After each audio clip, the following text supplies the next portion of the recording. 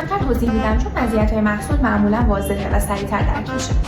بیشتر توضیح میدم چون مزیت دوره رو سخت‌تر از محصول درک میکنن. اعتمادسازی راحت‌تره، فقط کافیه من تست محصول انجام بدم که کیفیت محصولم به مخاطب ثابت شه. اعتمادسازی سخت‌تر و بیشتر باید اعتماد جلب کنم چون مخاطب به جای دورم باید به خودم و تخصصم اعتماد. خرید راحت‌تره چون مزیت‌های محصول خیلی سریعتر براشون درک میشه و زودتر تصمیمشون به خرید منجر میشه. خرید سخت‌تره و تو باید بیشتر از 15 روز معما کنی چون مخاطب تا دورت رو نبینه نمیتونه حرف تو باور کنه.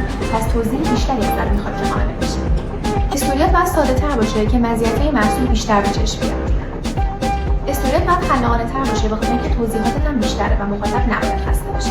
لطفاً دوره فروختن و محصول فروختن اشتباه نگیرید چون این دوتا کاملا مدل استوری و فروش و تمرین فروششون متفاوته. اگه جزء مدرسین هستی و دوره آموزشی میفروشی فقط کافیه پیجم رو فالو کنی چون من به مدرسا یاد میدم که دوره آموزشیشون رو خیلی شیک و مجلسی بفروشن. اگه جزءشونی پیجم فالو کن.